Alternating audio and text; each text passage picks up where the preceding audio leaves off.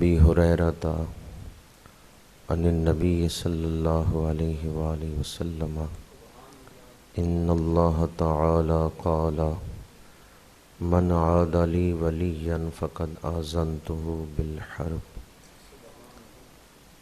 وما تقرب عبدي إلي بشيء أحب إلي مما افترضت عليه وما يزال عبدي يتقرب إلي بالنوافل حتى أحبه فإذا أحببته كنت سمعه الذي يسمع به وبصره الذي يبصر به ويده التي يبطش بها ورجله التي يمشي بها وإن سألني لأعطينه ولئن استعاذني لأعيذنه صدق الله وصدق رسوله الكريم إن الله وملائكته يصلون على النبي يا أيها الذين آمنوا صلوا عليه وسلموا تسليما الصلاة والسلام عليك يا رسول الله وعلى آلك وأصحابك يا حبيب الله الصلاة والسلام عليك يا رسول الله وعلى آلك وأصحابك يا حبيب الله۔ اللہ پاک کا شکر ہے جس نے ہمیں جمعۃ المبارک کی برکتوں سے مستفید ہونے کا یہ موقع عطا فرمایا ہے۔ سنن ابن ماجہ میں حدیث پاک ہے، جمعۃ المبارک کا دن ہفتے کے دنوں کا سردار ہے۔ جمعۃ المبارک کا دن اہل ایمان کے لیے خوشی کا دن ہے۔ اس دن جو رحمتیں نازل ہوتی ہیں، ایمان کو جلا ملتی ہے، اہل ایمان کو ایک روحانی خوشی حاصل ہوتی ہے۔ اور جمعۃ المبارک کا دن ہفتے کے دنوں میں بہترین دن ہے۔ یہ بھی حدیث پاک ہے کہ یہ بہترین دن ہے، یہ خیر والا دن ہے۔ مسلم شریف میں حدیث پاک ہے، جنت میں اللہ پاک جمعے والے دن اہل ایمان کو ایک خاص وادی میں دعوت دے گا، اور اس میں جب وہ اہل ایمان پہنچیں گے تو ایسی ہوائیں چلیں گی، جنتی ہوائیں، جن سے چہروں کا نور اور بڑھ جائے گا۔ جس وقت اہل ایمان دنیا میں اللہ کی بارگاہ میں سجدہ کرتے تھے جمعے والے دن، اس وقت انہیں جنت میں رب کا دیدار عطا کیا جائے گا۔ جب وہ واپس گھروں کو لوٹیں گے تو اہل جنت جو ان کے گھر والے ہیں وہ کہیں گے کہ آپ کس جگہ گئے تھے، پہلے سے زیادہ حسین ہو کے آئے ہیں، آپ کا حسن پہلے سے بڑھ گیا ہے۔ اور وہ جو جنت میں وادی مزید سے ہو کے آئے، وہ بھی آ کے گھر والوں سے کہیں گے کہ ہماری غیر موجودگی میں اللہ نے تمہارے حسن میں بھی اضافہ کر دیا ہے۔ تو جمعۃ المبارک کا دن بڑی رحمتوں اور برکتوں والا دن ہے۔ اللہ تعالیٰ آج کے دن نازل ہونے والی رحمتیں ہم سب کو عطا فرمائے۔ آج میں نے آپ کے سامنے بخاری شریف کی ایک حدیث قدسی کے چند الفاظ تلاوت کرنے کا شرف حاصل کیا ہے۔ ان کی روشنی میں اللہ کے قرب کا ضابطہ آپ کے سامنے بیان کروں گا۔ ضابطہ رابطہ کروا دیتا ہے، ضابطے کا رابطے کے ساتھ بڑا گہرا تعلق ہے۔ ضابطہ کیا بیان ہوا ہے؟ میرے آقا کریم صلی اللہ علیہ وآلہ وسلم نے ارشاد فرمایا اللہ پاک کا ارشاد ہے، من عاد لی ولیا فقد آذنتہ بالحرب، جس شخص نے میرے ولی سے دشمنی کی میں رب اس کو جنگ کا اعلان کرتا ہوں، میں رب اس کو جنگ کا اعلان کرتا ہوں، وہ میرا دشمن ہے۔ جب ولی کا دشمن اللہ کا دشمن ہے تو ولی کا دوست اللہ کا دوست ہے۔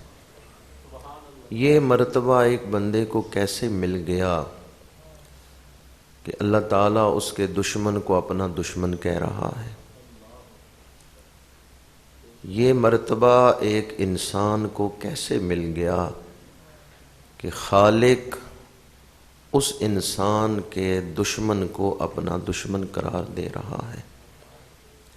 وہ ضابطہ آگے بیان ہوا ہے، وہ راستہ بیان ہوا ہے جس پہ چل کے ایک انسان اس مقام تک پہنچا ہے۔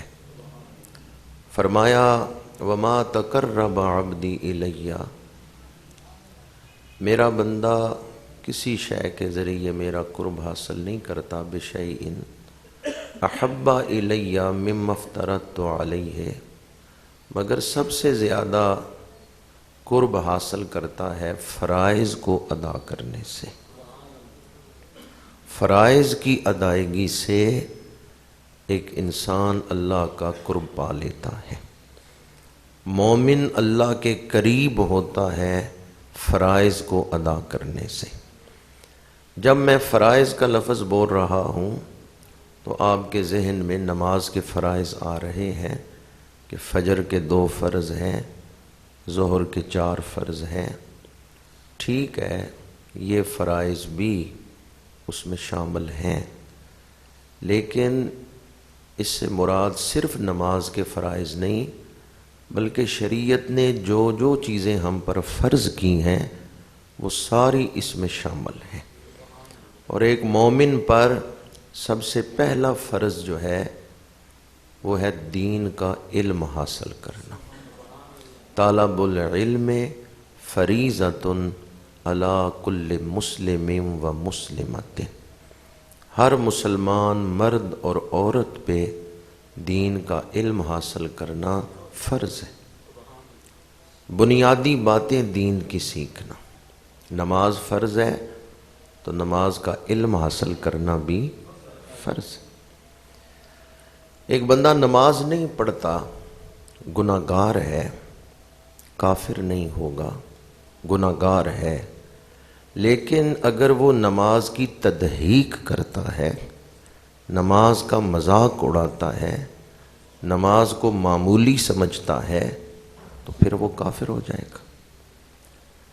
دین کا بنیادی علم حاصل کرنا بھی فرض ہے۔ اگر کوئی نہیں کر رہا تو وہ گناہ گار ہے، لیکن اگر وہ اس علم کو معمولی سمجھ کے مذاق اڑاتا ہے، دینی علم کی توہین کرتا ہے، تو پھر وہ کافر ہو جائے گا۔ جس طرح نماز کی توہین کرنے والا کافر ہو جائے گا۔ نماز بھی فرض ہے تو نماز کے بارے میں علم حاصل کرنا بھی فرض۔ بچے بچیاں جب اس عمر کو پہنچیں جس میں وہ بالغ ہوتے ہیں تو ان پر فرض ہے کہ وہ یہ سیکھیں جسم کو پاک کرنے کا طریقہ کیا ہے۔ اگر انہیں غسل کے فرائض ہی پتہ نہیں تو وہ ناپاک بدن لے کے گھر میں چلتے پھرتے رہیں گے۔ تو جس پہ غسل فرض ہے اس نے کس طرح جسم پاک کرنا ہے، اس کے بارے میں علم حاصل کرنا فرض ہے۔ طالب العلم فریضۃ علی کل مسلم و مسلمۃ، عمر کوئی بھی ہو اس میں جھجک یا شرم محسوس نہ کریں۔ جب بھی کوئی شخص دین کا ایک مسئلہ سیکھتا ہے اللہ اس کا ایک درجہ بلند فرما دیتا ہے۔ رزق حلال یہ بھی فرائض میں سے ہے، یہ مستحبات میں سے نہیں ہے کہ اگر رزق حلال ملے تو کھا لو، نہ ملے تو ٹھیک ہے، جو بھی ملے کھا لو۔ رزق حلال حاصل کرنا یہ کیا ہے؟ نفل ہے یا فرض ہے؟ یہ فرائض میں سے چند لوگ ہی بولے ہیں کہ فرض ہے، کیونکہ آج کل ہم اتنا اہتمام نہیں کرتے۔ میرج ہال والے جہاں سے مرغیاں خریدتے ہیں پتہ نہیں وہ مسلمان بھی ہیں یا نہیں، کس عقیدے سے ان کا تعلق ہے، حضور کی ختم نبوت کو ماننے والے ہیں یا ختم نبوت کے منکر ہیں۔ آج ہم رزق میں احتیاط نہیں کرتے، جس کی وجہ سے دل سخت ہو گئے۔ تو یہ مسئلہ یاد رکھیں کہ رزق حلال کا اہتمام کرنا یہ مستحب نہیں ہے، یہ فرض ہے۔ حدیث پاک ہے بخاری شریف میں کہ ایک وقت آئے گا لوگ اپنے رزق کا خیال نہیں کریں گے کہ وہ کیا کھا رہے ہیں، انہیں اس چیز کی پرواہ ہی نہیں ہوگی کہ وہ کیا کھا رہے ہیں۔ جس طرح ضروری مسائل کا علم حاصل کرنا فرض ہے، رزق حلال حاصل کرنا فرض ہے، اسی طرح ماں باپ کا ادب کرنا بھی فرض ہے، ماں باپ کے حقوق ادا کرنا یہ بھی فرض ہے۔ تو نماز کے علاوہ جو فرائض ہیں وہ بھی سیکھنے چاہیے۔ فرمایا میرا قرب حاصل کرنے کا ذریعہ فرائض ہے، کوئی بندہ میرا قرب نہیں پا سکتا جب تک وہ فرائض نہ ادا کرے۔ یہ حدیث قدسی میں آپ کو سنا رہا ہوں کہ اللہ پاک نے فرمایا میرا قرب فرائض ادا کرنے سے ہوتا ہے، جس نے فرائض ادا کیے اسے میرا قرب ملے گا۔ فرائض کو چھوڑ کے اللہ کا قرب نہیں حاصل کیا جا سکتا۔ تو جس طرح نماز فرض ہے اسی طرح دین کا علم حاصل کرنا بھی فرض ہے، رزق حلال حاصل کرنا بھی فرض ہے، اور اسی طرح والدین کی خدمت کرنا، حقوق العباد ادا کرنا یہ بھی فرائض میں سے ہے۔ تو ہمیں فرائض سیکھنے چاہیے۔ یہ چند ایک فرائض میں نے آپ کے سامنے بیان کیے ہیں، ہمیں فرائض سیکھنے چاہیے کہ کون کون سی چیزیں میرے اوپر فرض ہیں۔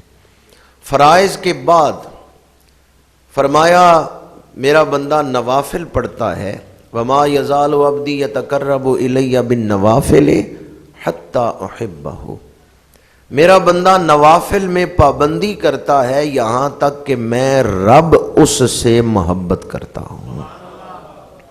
فرائض کے بعد نوافل، جس طرح نماز میں نوافل ہیں، ظہر میں 2 نفل ہیں، مغرب کے بعد بھی 2 نفل ہیں، یا فجر کی نماز کے بعد اشراق کے نوافل ہیں، چاشت کے نوافل ہیں، جس طرح نماز میں نوافل ہیں اسی طرح زکوٰۃ میں بھی، روزے میں بھی، اور معاشرتی زندگی میں بھی نوافل ہیں۔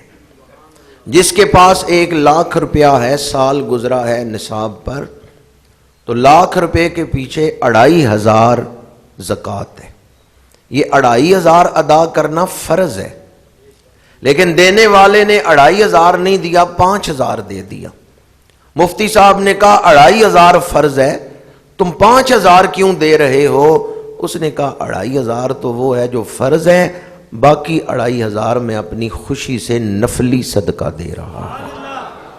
رمضان شریف کے روزے فرض ہیں، لیکن اس کا یہ مطلب نہیں کہ رمضان کے علاوہ روزے ہے ہی نہیں۔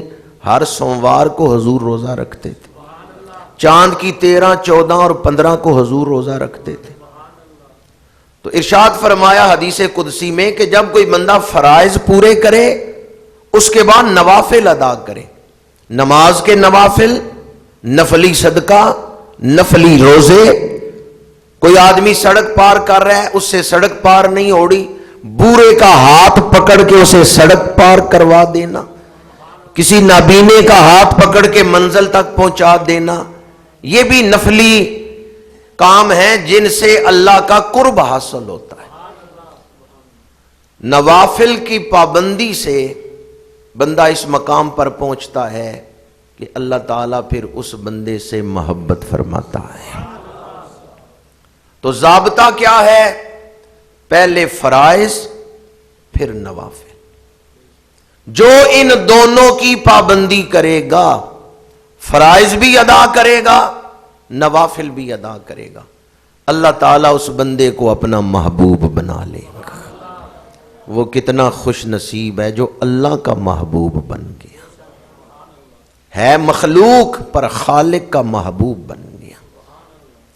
جس دور میں ہم زندگی گزار رہے ہیں، اس دور میں بعض لوگ نوافل کو مانتے ہیں لیکن نوافل ادا کرنے میں سستی کرتے ہیں، اور بعض لوگ ایسے ہیں جنہوں نے تو اتنی جرت کی کہ ٹی وی پہ بیٹھ کے یا سوشل میڈیا پہ بیٹھ کے انہوں نے کہا کہ ظہر کے 4 فرض ہی ہیں، باقی سنتیں اور نوافل پڑھ لو ٹھیک ہے، نہ پڑھو تب بھی ٹھیک ہے. انہوں نے انکار کر دیا ان کا. یاد رکھیں نوافل کی شرعی حیثیت تو یہی ہے کہ وہ فرض نہیں ہے، بعض پرس نہیں ہوگی، لیکن ان کی اپنی ایک اہمیت ہے. ان کی اہمیت سے انکار نہیں کیا جا سکتا. حدیث پاک ہے اول ما یحاسب بہ العبد یوم القیامت الصلاۃ. قیامت کے دن سب سے پہلے سوال ہوگا تو نماز کے بارے میں سوال ہوگا. ایک آدمی کی نماز کا حساب ہو رہا ہے، فرائض پورے ہیں لیکن وہ پورے ثواب کا حقدار نہیں بن رہا. کیوں؟ خضوع و خشوع نہیں تھا جو ہونا چاہیے تھا، اخلاص کا وہ مقام نہیں تھا جو ہونا چاہیے تھا. نماز اس نے پڑھی ہے پر وہ پورے ثواب کا حقدار نہیں بن رہا. تو اللہ پاک فرمائے گا فرشتوں دیکھو اس کے نامہ اعمال میں نوافل ہیں، حالانکہ رب جانتا ہے کہ نوافل ہیں. سوال عدم علم کی دلیل نہیں، مختلف حکمتوں سے سوال کیا جاتا ہے. فرشتے عرض کریں گے پروردگار اس کے نامہ اعمال میں نفل ہیں. اللہ فرمائے گا فرضوں کی کمی نفلوں سے پوری کر دو. اس دن پتا چلے گا نوافل کا مقام کیا ہے. فرضوں کی کمی نوافل کے ذریعے پوری ہو رہی. ماہ رمضان میں ہم روزے رکھتے ہیں تو آخر میں صدقہ فطر دیتے ہیں. اس وقت بھی ہم صدقہ فطر کی یہ فضیلت سنتے ہیں کہ روزہ رکھنے میں جو کمی رہ گئی، روزے رکھے ہیں لیکن خضوع و خشوع میں کوئی کمی رہ گئی، وہ کمی صدقہ فطر سے پوری ہو جاتی ہے. اسی طرح نماز کے فرائض کی جو کمی ہے وہ نفلوں سے پوری ہو جاتی ہے. ایک حدیث مبارکہ میں ہے، سنن ابی داؤد میں یہ حدیث پاک ہے، جس شخص نے فجر کی نماز پڑھی اور اشراق تک بیٹھا رہا، پھر اس نے اشراق کے نفل پڑھے، پھر مسجد سے نکلا، اس کے گناہ سمندر کی جھاگ کے برابر ہوں، اللہ پھر بھی گناہوں کو معاف فرما دے. جو آدمی ان نفلوں کی پابندی کرتا ہے، اشراق کے نفلوں کی، اللہ اس کے پچھلے گناہوں کو معاف فرما دیتا ہے. تو اس سے پتا چلا کہ نوافل گناہ بخشوانے کا ذریعہ ہے. ایک حدیث مبارکہ ہے، حضرت امام بہقی نے شعب الایمان میں اس کو نقل کیا ہے. میرے آقا کریم نے فرمایا علیکم بقیام اللیل، رات کو اٹھ کے قیام کیا کرو. تمہیں چاہیے کہ تم رات کی نماز پڑھو، نوافل پڑھو، تہجد پڑھو. انہ دأب الصالحین قبلکم، تم سے پہلے جو نیک لوگ گزرے ہیں یہ ان کا طریقہ ہے. نیکوں کے طریقے پر چلو تو نیکوں تک پہنچ جاؤ گے. انہ دأب الصالحین قبلکم، یہ تم سے پہلے نیک لوگوں کا طریقہ ہے. وَهُوَ قُرْبَةٌ إِلَىٰ رَبِّكُمْ، اور یہ نوافل تمہیں رب کے قریب کرنے والے ہیں. وَمَغْفَرَةٌ لِلسَّيِّئَاتِ، جو گناہ پچھلی زندگی میں کر چکے ہو، نفلوں کے ذریعے ان گناہوں کی معافی مل جاتی ہے. نوافل گناہ بخشوانے کا ذریعہ بن جاتے ہیں. اور چوتھی فضیلت جو اس حدیث میں ہے، وَمَنْہَاتٌ لِلْإِسْمِ، نوافل تمہارے گرد ایک ایسا حصار کھینچ دیں گے کہ تم گناہوں سے بچ جاؤ گے۔ نفس امارہ کو نفس مطمئنہ بنانے میں نوافل کا بڑا اہم کردار۔ کوئی آدمی کہتا ہے میرا دل گناہوں کی طرف کھنچتا ہے، دل میں نیکیوں کی رغبت نہیں، وہ نوافل ادا کرے۔ منہات للاسم، نوافل پڑھنے سے دل میں گناہوں کی نفرت پیدا ہوتی ہے، نیکی کی محبت پیدا ہوتی ہے۔ تو نوافل کی جو فضیلت ہے اگر وہ پیش نظر ہو تو کبھی ہم نوافل میں کوتاہی نہ کریں۔ فرائض کی اپنی اہمیت ہے، نوافل کی اپنی اہمیت ہے۔ نوافل محض اضافی چیز نہیں ہے کہ چھوڑ دو تو چلو کوئی نقصان نہیں ہے، اگر آپ نوافل چھوڑتے ہیں تو ان فضائل سے محروم ہو جائیں گے جو فضائل نوافل پڑھنے سے ملتے ہیں۔ ابھی میں عرض کر رہا تھا کہ قیامت کے دن جب نماز کے فرائض کا حساب ہوگا تو فرضوں کی کمی نفلوں سے پوری ہوگی۔ مجھے حضرت امام ربانی سیدنا مجدد الفسانی رحمۃ اللہ تعالی علیہ کا ایک مکتوب مبارک سامنے آیا ہے، اگر آپ توجہ سے سنیں گے تو نفلوں کی اہمیت واضح ہو جائے گی۔ آپ فرماتے ہیں جو بندہ نماز پڑھتا ہے لیکن نماز کے اندر اسے وسوسے نہیں چھوڑتے، نماز میں بھی وسوسوں میں مبتلا رہتا ہے، نماز پڑھتا ہے، نمازی ہے لیکن کامل نماز نہیں پڑھ رہا، ناقص نماز پڑھ رہا ہے، کامل نماز نہیں پڑھ رہا، قیامت کے دن رب کا دیدار ہوگا تو اس طرح ہوگا جیسے چاند کے آگے بادل آ جاتے۔ اگر کوئی آج کامل نماز پڑھے گا قیامت کے دن کامل دیدار ہوگا۔ نماز کا رب کے دیدار کے ساتھ بڑا گہرا تعلق ہے۔ آج اگر نماز میں وسوسے آ رہے ہیں تو سمجھو قیامت کے دن رب کے دیدار میں حجاب آ جائے گا، رکاوٹ آ جائے گی۔ اور اس کی مثال آپ نے اس طرح دی ہے کہ جیسے 14ویں کی رات ہو، چاند پوری آب و تاب سے چمک رہا ہو لیکن آگے بادل آ جائے، تو وہ بادل جو ہیں وہ چاند کو دیکھنے میں رکاوٹ بن جاتے ہیں۔ اسی طرح جو نماز میں وسوسے آتے ہیں، نماز کی طرف دھیان نہیں، بندہ نماز میں کھڑا ہے تو قیامت کے دن رب کا دیدار کامل طریقے سے نہیں ہو سکے گا۔ اب یہ وسوسوں سے بچنے کے لیے کیا ضروری ہے؟ ایک تو وضو کامل طریقے سے کریں، وضو کرتے ہوئے تیزی نہ کریں کہ وضو میں کوئی کمی رہ جائے، وضو تحمل سے کریں اور وضو کامل طریقے سے۔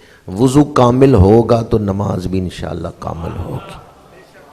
اور دوسری بات کہ نماز پڑھنے میں جلدی نہ کریں، تحمل سے نماز پڑھیں اور فرائض کے ساتھ ساتھ نوافل ادا کر کے جائیں۔ کامل وضو، کامل نماز، کامل دیدار۔ کامل وضو، کامل نماز، کامل دیدار۔ ایک بزرگ زور کی نماز پڑھ رہے تھے، 10 رکعتیں پڑھ چکے، 2 رہ گئیں، نفل پڑھنے لگے، ضروری کام یاد آ گیا، ان کا کام بڑا ضروری ہے، تو یہ تو چلو نفل ہی ہے، نہ بھی پڑھو کون سا عذاب ہوگا، نفل چھوڑ دیے، اٹھنے لگے کہ کام بڑا ضروری ہے، فوراً دل کے کسی گوشے سے صدا آئی، آج تمہارے نفس نے کہا ہے نفل چھوڑ دو کام ضروری ہے، کل کہے گا سنتیں چھوڑ دو کام ضروری ہے، اور پرسوں کہے گا فرض ہی چھوڑ دو۔ آج نفس کی تربیت کر لو ورنہ کل یہ قابو نہیں آئے گا۔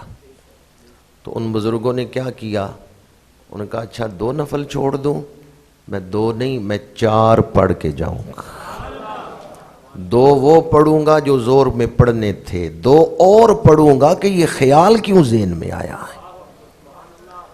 اچھا ایک بندہ ہو شریف، پلے مانس، سادہ، دوسرا بندہ ہو شاطر، چلاک، ہوشیار، زبان دراز، دونوں کی آپس میں بحث ہو جائے تو جو شاطر ہے، چلاک ہے، وہ پلے مانس کی بات چلنے دے گا؟ دل بڑا پلے مانس ہے، ذہن بڑا شاطر ہے۔ دل کہتا ہے نماز پڑھ لو، ذہن کہتا ہے نہیں نہیں دکان سے اٹھے تو نقصان ہو جائے گا۔ ذہن شاطر ہے بڑا، دل بڑا پلے مانس ہے، دل آ جاتا ہے ذہن کی باتوں میں۔ جہاں دل آ گیا نا ذہن کی باتوں میں، وہاں بندہ نمازیں پھر چھوڑ دیتا ہے۔ روز ازل مجھ سے کہا جبرائیل نے، عقل کا جو غلام ہو وہ دل نہ کر قبول۔ اقبال نے لکھا ہے کہ ہمیشہ دل کو ہی غالب رکھنا۔ روز ازل مجھ سے کہا جبرائیل نے، عقل کا جو غلام ہو وہ دل نہ کر قبول۔ کتنے لوگ ایسے ہیں جن کی خواہش تھی تہجد پڑھیں، ان کے ذہن نے ان کو نہیں پڑھنے دی، فلاں کام ضروری ہے، فلاں دن سے شروع کر لیں گے، ذہن کے مشوروں کو ترجیح دی اور دل میں جو نیکی کی خواہش تھی اس کو دبا دیا۔ اقبال نے ایک مقام پہ یہ بھی لکھا ہے کہ عقل عیار ہے سو بھیس بدل لیتی ہے۔ بعض لوگوں کی عقل جو عقل عیار ہوتی ہے وہ سو بھیس بدل کے دل کو روک دیتی ہے نیکی کے رستے پر چلنے سے۔ جہاں کبھی دل نیکی کا مشورہ دے اور ذہن نیکی سے روکے، میں نے شاید پہلے کبھی بیان کیا ہو، حضرت داتا صاحب نے کشف المحجوب میں لکھا ہے، پیر اور مرید رات کو سفر کر رہے تھے، ٹھنڈ بڑی تھی، مرید کے ذہن میں آیا جس جگہ سے ہم گزر رہے ہیں یہاں سردی بڑی ہے تو مرشدوں کو ٹھنڈ لگ رہی ہوگی، میرے پاس ایک گرم رومال ہے، اس کے دو حصے کر کے مرشدوں کے پیروں پہ، دونوں پیروں پہ لپیٹ دیتا ہوں۔ پھر ذہن میں خیال آیا رومال بڑا قیمتی ہے، پھاڑ دیا ضائع ہو جائے گا، دو ٹکڑے کیا ضائع ہو جائے گا، تو علاقہ تھوڑا سا ہے، پھر ہم نے منزل پہ پہنچ جانا ہے، تو وہاں جا کے پھر میں آگ بھی جلاؤں گا، مرشدوں کی خدمت بھی کروں گا، چلو یہ تھوڑا سا علاقہ میں بھی سردی برداشت کرتا ہوں، خیر ہے مرشد بھی کر رہے ہیں۔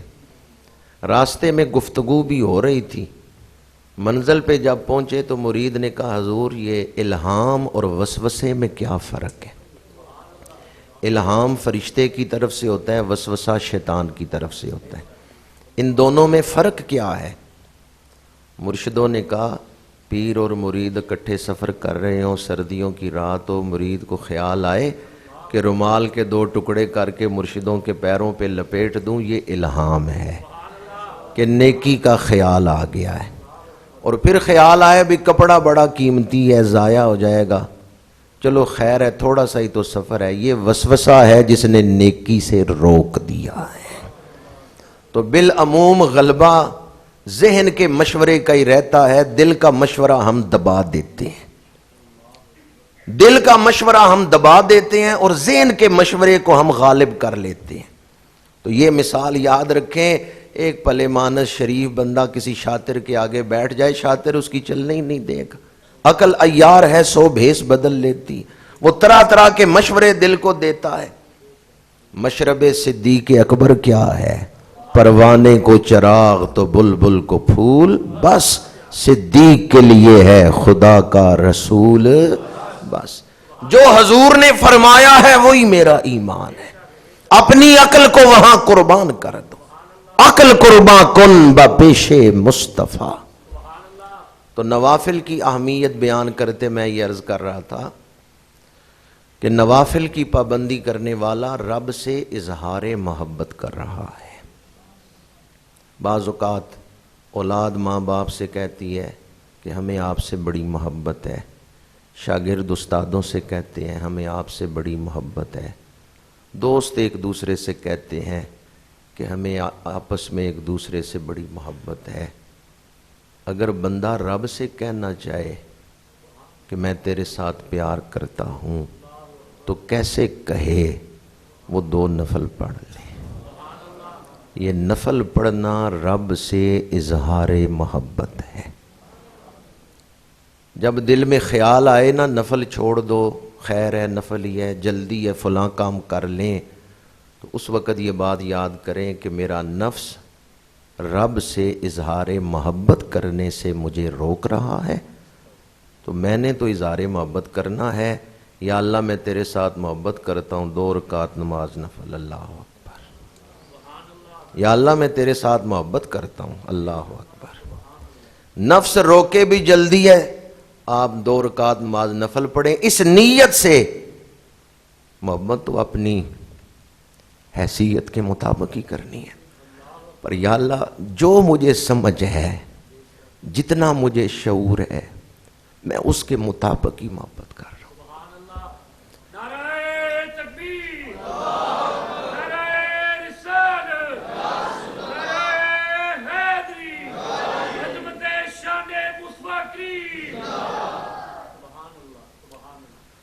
نوافل ایک بندے کو رب کا محبوب بنا دیتے ہیں، اور حدیث پاک جو میں آپ کو سنا رہا ہوں بخاری شریف کی، اس میں ہے کہ بندہ جب نوافل پہ پابندی کرتا ہے تو میں رب اس سے محبت کرتا ہوں۔ نوافل کی جو اہمیت ہے اس پر اور بہت سارے مضامین ہیں، احادیث ہیں۔ استخارہ، رب سے ہم خیر طلب کرتے ہیں کہ یا اللہ کون سا کام میرے لیے بہتر ہے، رہنمائی فرما دے، تو استخارے کے نفل ہے، تو نفلوں کے ذریعے کیا مل رہا ہے؟ رب کی طرف سے رہنمائی مل گئی۔ بارش نہیں ہو رہی، صلاۃ الاستسقاء، یہ کیا ہیں؟ نوافل ہیں۔ چاند گرہن، سورج گرہن، اس کے نوافل ہیں۔ صلاۃ الخسوف، صلاۃ الکسوف، یہ نمازیں ہیں، نفل نمازیں ہیں۔ تو ان سے پتہ چلتا ہے کہ نوافل پڑھنے سے رب کی مدد حاصل ہو جاتی ہے، نفل پڑھنے والا رب کی مدد پا رہا ہے۔ یا ایھا الذین آمنوا استعینوا بالصبر والصلاۃ، تو نوافل اللہ کی مدد حاصل کرنے کا ذریعہ ہے۔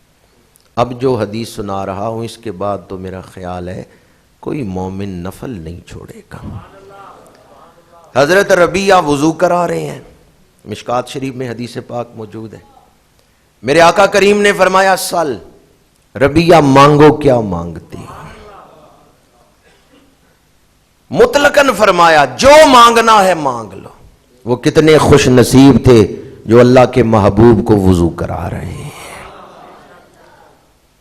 حضرت ربیعہ وضو کرا رہے ہیں، میرے آقا کریم نے فرمایا جو مانگنا ہے مانگ لو۔ بریکٹ نہیں لگائی کہ صرف مدینہ منورہ کی ریاست میں ہی کوئی چیز مانگنا، باہر سے میں نہیں دے سکتا۔ صرف شہر مدینہ سے ہی کوئی چیز مانگنا، باہر سے میں کچھ نہیں دے سکتا، نہیں، کوئی بریکٹ نہیں لگائی، مطلقاً فرمایا سل، دنیا مانگنی ہے، آخرت مانگنی ہے، 2 جہانوں میں جو مانگنا ہے مانگ لو، میں تمہیں عطا کروں گا۔ اور پھر سوال کرنے والے نے کیا مانگا ہے؟ اسالو کا مرافقتک فی الجنہ، یا رسول اللہ جیسے دنیا میں آپ کی سنگت ہے، جنت میں بھی اپنی سنگت عطا فرمائیں، اپنی رفاقت عطا فرمائیں، اپنی خدمت عطا فرمائیں۔ اسالو کا، میں آپ سے مانگتا ہوں۔ جنت مانگ رہے ہیں اور رسول اللہ سے مانگ رہے ہیں۔ اسالو کا، یا رسول اللہ میں آپ سے سوال کرتا ہوں۔ اعلیٰ حضرت نے اس کے لیے لکھا ہے خالق کل نے آپ کو مالک کل بنا دیا، دونوں جہاں ہیں آپ کے قبضہ و اختیار میں۔ اللہ نے آپ کو یہ شان عطا فرمائی ہے۔ فرمایا اوا غیر ذالک، ربیعہ اور بھی کچھ مانگنا ہے تو مانگ لو، سرکار کا در ہے، در شاہاں تو نہیں ہے، جو مانگ لیا اور بھی کچھ مانگ۔ عرض کیا یا رسول اللہ آپ مل گئے، سب کچھ مل گیا۔ اب سنیں نوافل کی فضیلت۔ فرمایا فَإِنِّي بِكَثْرَةِ السُّجُودِ، جنت میں میرا قرب چاہتے ہو تو نفل نہ چھوڑنا، کثرت سے سجدے کرنا۔ فرائض کے تو محدود سجدے ہیں، فجر کے 2 فرض ہیں، 4 سجدے ہیں، ظہر کے 4 فرض ہیں، 8 سجدے ہیں، فرائض کے تو محدود سجدے ہیں۔ فرمایا فَإِنِّي بِكَثْرَةِ السُّجُودِ، جنت میں میرا قرب چاہتے ہو تو کثرت سے سجدے کرنا۔ اب کثرت کے سجدے نوافل کے ذریعے ہی ہو سکتے ہیں۔ میرے آقا کریم نے فرمایا ربیعہ جنت میں میرا قرب چاہتے ہو تو نوافل نہ چھوڑنا۔ میں نے جو حدیثیں آپ کو سنائی ان سے پتہ چلتا ہے نفل پڑھنے سے اللہ کا قرب بھی ملتا ہے، اللہ کے رسول کا قرب بھی ملتا ہے۔ نفل پڑھنے سے گناہ بھی معاف ہوتے ہیں جو پچھلی زندگی میں کیے، اور آئندہ زندگی میں گناہوں سے آدمی بچ بھی جاتا ہے۔ نوافل گناہ معاف بھی کروا رہے ہیں اور آئندہ زندگی میں گناہوں سے بچانے کے اندر نوافل کی ایک تاثیر ہے۔ وَمَا يَزَالُ عَبْدِي يَتَقَرَّبُ إِلَيَّ بِالنَّوَافِلِ حَتَّى أُحِبَّهُ، اللہ کریم نے فرمایا میرا بندہ نوافل کی پابندی کرتا ہے یہاں تک کہ میں رب اس سے محبت کرتا ہوں۔ فَإِذَا أَحْبَبْتُهُ، جب میں اس سے محبت کرتا ہوں، كُنْتُ سَمْعَهُ الَّذِي يَسْمَعُ بِهِ وَبَصَرَهُ الَّذِي يُبْصِرُ بِهِ، پھر آنکھیں اس بندے کی دیکھنا خدا کا، کان اس بندے کے سننا خدا کا۔ ایسی حدیثیں ہی ہیں یا ایسے لوگ بھی امت میں موجود رہے ہیں؟ حضرت محبوب الہی نظام الدین اولیاء رحمت اللہ تعالی علیہ سلسلہ چشتیہ نظامیہ کے پیشوا ہیں۔ آپ کے پاس ایک مولوی صاحب آئے، گھر کی رجسٹری کے کاغذات گم گئے تھے۔ اس دور میں ایک ہی پیپر ہوتا تھا جس پہ سرکاری مور لگی ہے، گھر کا حدود اربا لکھا ہے، مالک کا نام لکھا ہے۔ وہ ایک پرچہ گم ہو گیا، وہ کاغذ مل نہیں رہا۔ مولوی صاحب آگے حضرت سلطان الاولیاء محبوب الہی رحمت اللہ تعالی علیہ کی بارگاہ میں، حضور دعا فرمائیں زمین کی رجسٹری گم گئی ہے وہ مل جائے۔ آپ نے مسکرا کے فرمایا مولوی صاحب ہمیں پہلے حلوہ کھلاؤ پھر ہم دعا کریں گے، جب تک حلوہ نہیں کھلاؤ گے ہم تمہارے لیے دعا نہیں کریں گے، پہلے حلوہ کھلاؤ پھر دعا کریں گے۔ آپ کیوں پریشان ہو گئے؟ میں تو نہیں کہہ رہا کہ مجھے حلوہ کھلائیں تو دعا کروں گا، میں واقعہ سنا رہا ہوں۔ حضرت محبوب الہی رحمت اللہ تعالی علیہ نے فرمایا مولوی صاحب جاؤ حلوائی سے حلوہ لے کے آؤ، حلوہ کھائیں گے پھر دعا کریں گے۔ مولوی صاحب آگے حلوائی کی دکان پہ آرڈر کیا، حلوائی نے کاغذ اٹھایا ہتھیلی پہ رکھا، دوسرے ہاتھ سے وہ اس میں سے حلوہ ڈالنے لگا۔ یہ جو کاغذ ہاتھ پہ رکھا تھا مولوی صاحب کی نظر پڑ گئی یہ تو وہی رجسٹری والا کاغذ۔ چلا اٹھے حضور، حلوائی سے کہنے لگے یہ کاغذ مجھے دے دو، اس پہ حلوہ نہ ڈالنا، کسی دوسرے کاغذ پہ ڈالو۔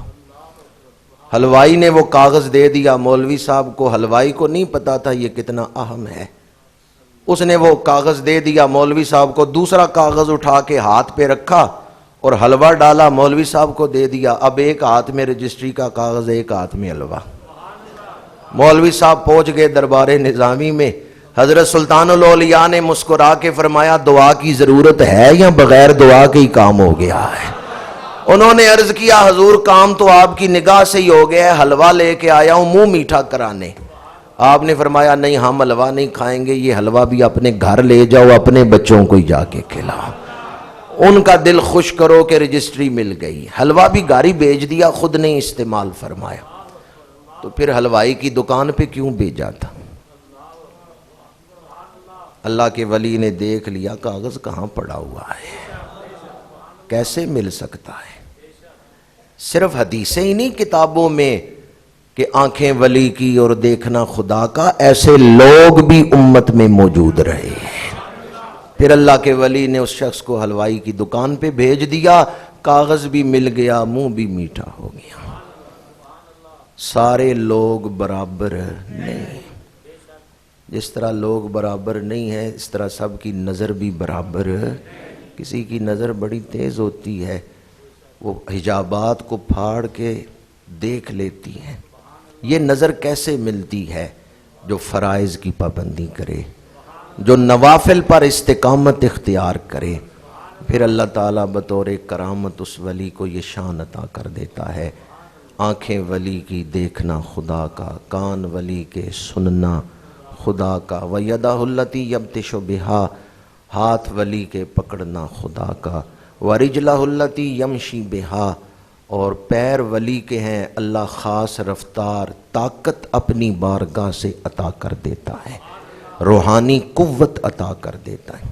علامہ ابن حجر اسقلانی نے فتح الباری میں اسی حدیث کے الفاظ اپنی سند سے یہ بھی نقل کیے ہیں وَلِسَانَهُ الَّذِي يَتَكَلَّمُ بِهِ، کہ پھر زبان اس ولی کی ہے، اللہ اس کی زبان میں خاص تاثیر رکھ دیتا ہے۔ اور حضرت ابو یعلا موصلی رحمۃ اللہ تعالی علیہ انہوں نے مسند ابو یعلا میں اسی حدیث پاک کے اندر یہ الفاظ نقل کیے ہیں وَفُؤَادَهُ الَّذِي يَعْقِلُ بِهِ، کہ پھر دل اس ولی کا ہوتا ہے، اس دل میں اللہ سمجھ بوجھ کی طاقت اپنی طرف سے رکھ دیتا ہے، پھر اس کے خیالات بھی پاکیزہ، جذبات بھی پاکیزہ، آرزویں بھی پاکیزہ۔ اگر چاہتے ہیں دل پاک ہو جائے تو یہ ضابطہ اختیار کر لیں، فرائض کی پابندی، نوافل سے محبت، دل پاک ہو جائے گا۔ اللہ تعالی ہمیں شریعت مطہرہ کے راستے پر چلنے کی توفیق عطا فرمائے۔ لوئے لوئے پر لے کڑیے جے تد پانڈا پرنا۔ کچھ عرصہ پہلے جب میں عمرہ سے واپس آیا شوال کے مہینے میں، تو میں نے اسی مسجد کے ممبرز پہ بیٹھ کے ایک عرب شیخ کی طرف سے وظیفہ آپ کو بتایا تھا، جنہوں نے فرمایا تھا کہ پاکستان کے حالات پریشان کن ہیں اور آگے اور پریشانی والے بن سکتے ہیں، انہیں چاہیے کہ کیا پڑھیں؟ یا لطیف ہو۔ لیکن لوگ بھول گئے۔ میں ہاتھ نہیں کھڑے کروانا چاہتا کہ کس نے پابندی سے پڑھا یا کس نے پڑھایا، ہمیں تو چاہیے تھا کہ ہم اس پر پابندی اختیار کرتے، لیکن سوشل میڈیا، یہ جو موبائل ہے، اس میں ہم اتنے کھو چکے ہیں، نئی نئی چیزیں سامنے آتی ہیں تو پرانے سبق بھول جاتے ہیں۔ اس کے بعد کتنی پریشانی کے حالات آئے ہیں اور ابھی بھی خطرے کے سائے منڈلا رہے ہیں۔ اللہ تعالیٰ کی بارگاہ میں رجوع کریں، یا اللہ یا لطیف ہو، اس کو اپنے وظائف میں شامل کریں، اپنے گھروں میں پڑھائیں۔ لطیف کا معنی ہے نرمی کرنے والا، لطف کرنے والا۔ یا اللہ ہم تجھ سے تیری نرمی مانگتے ہیں، رحم مانگتے ہیں۔ پاکستان کے حالات اور پھر انفرادی طور پہ بھی ہمارے حالات اس بات کا تقاضا کرتے ہیں کہ ہم اللہ کی طرف رجوع کریں۔ میں آپ کی خدمت میں گزارش کروں گا، انفرادی طور پہ بھی ہر نماز کے بعد کم از کم 10 دفعہ ہی پڑھ لیں، یا فجر اور مغرب کے بعد ایک تسبیح پڑھ لیں، اور اجتماعی طور پہ انشاءاللہ اگلے جمعۃ المبارک کو جمعے سے پہلے ہم 10-15 منٹ اجتماعی طور پہ یہاں بیٹھ کے یہ وظیفہ پڑھیں گے، اور کوشش ہوگی کہ زیادہ سے زیادہ تعداد میں یہاں بیٹھ کے ہم اجتماعی طور پہ یہ وظیفہ پڑھیں۔